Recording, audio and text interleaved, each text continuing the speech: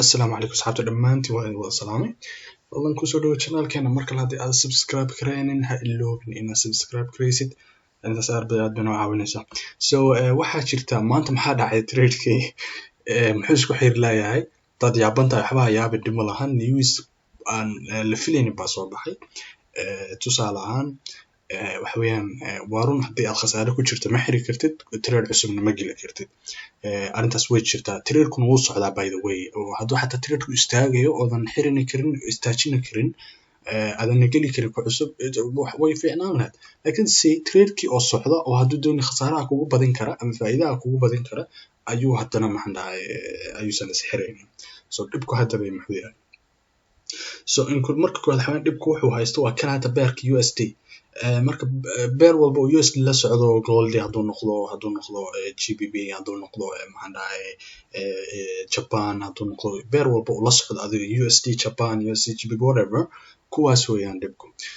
aniga hadda markii aan intaa arkay kabacdi xasir ma news aadan arag baa maanta jira as you can see forex factory on check calendarkooda newska waxa news soo baxay malahan as you can see sagaalkii Monday March weeyaan يعني 2020 as you can see maxaa arrintan ugu wacan ani ma garanayo laakiin news soo baxay baa jira by the way brokerka aad isticmaalayso waxa laga yaabaa inuu message kuu soo diro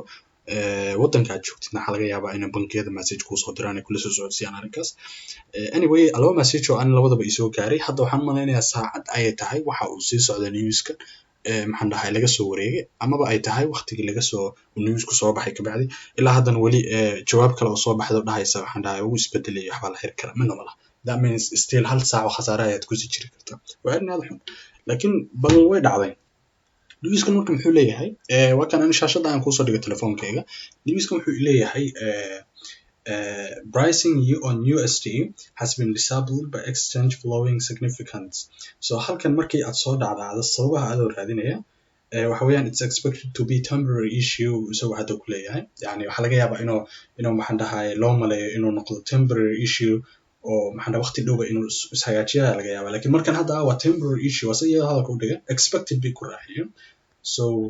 waayahay sababtu maxay tahay temporary issue-gan iyo fulaan waxan maxaa dhacay as you can see horta dhibku waxa weeyaan halkan aad arkayso meeshan wuxuu kuu soo qorayaa open trades cannot be closed waa dhibka inuu aragnay and new ones cannot be opened waxa weeyaan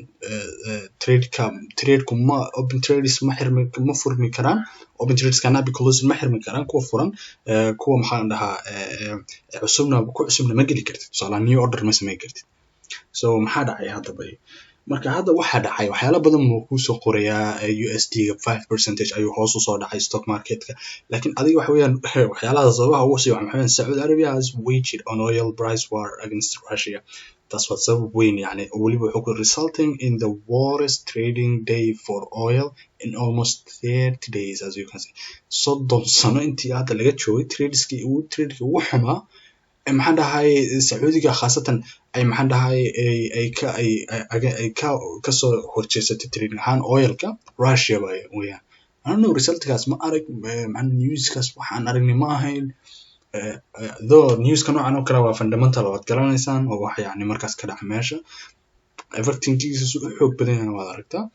I hope inuu fahanteen dhibka kuwa live trading u daawanayaan ka hadlaya asxaabta kale dibka arki doonta maalintaas khasaaraha idin ku dhacay alaayad xal dhibku wuxuu ahaa maalintan sababtan ayuu ahaa asaga waxyaalo kale ayuu sii raacinaa sida how long will this last and what happens next haddaad halkan aragto wuxuu kale it's unclear but we expect a resolution from exchange through the course of the day wax marka weli xataa uu soo raaciyay malahan aniga marka kan ii jawaabay brokerkii uu soo sheegay waxa weeyaan maybe inuu maxaan dhahay adiga brokerkaaga uu ku soo sheegay laakiin wax maxaan dhahaa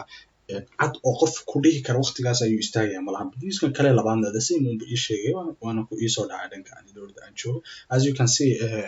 waxa saacada kugu qoran Monday March 9 2020 12:26 buu ahaa aan hadda saacada haddaad arkayso waxa 2:11 intaan waan sugaynaa waxa weeyaan hal saac iyo something weeyaan ama 2 saac oo iska dheer wax yar dhiman waxay ka dhigan tahay hadda 2 saac dhan baad ama khasaar ku jirtaa ama faa'iido ku jirtaa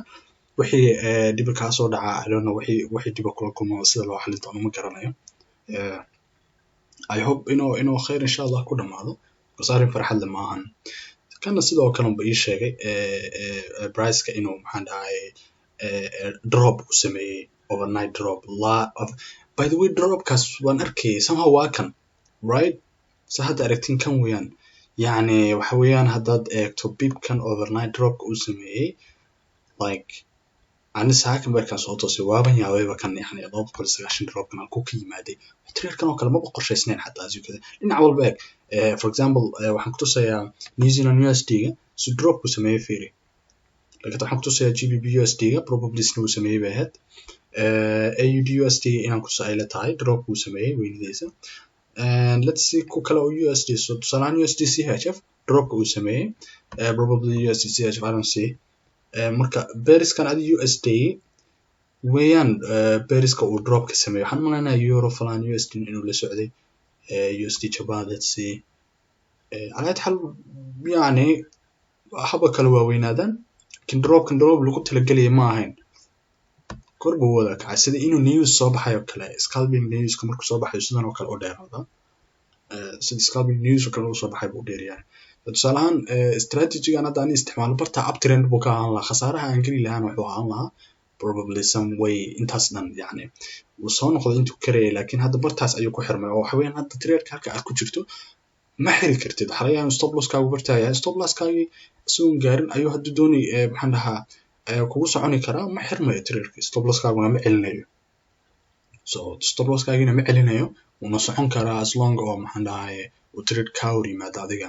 so that's khasaaro weyn insha Allah rajaynaa inuu maxaan dhahay news dambe soo baxo oo cusub xal inuu arrintan loo raadiyo inuu eegi doono insha Allah si ku dhamaata dhamaan asxaabta waan salaamaya mar kale insha Allah channelkeena ha iloobina subscribe please insha Allah videoga dambe tuska arkayno salaam dhamaantiin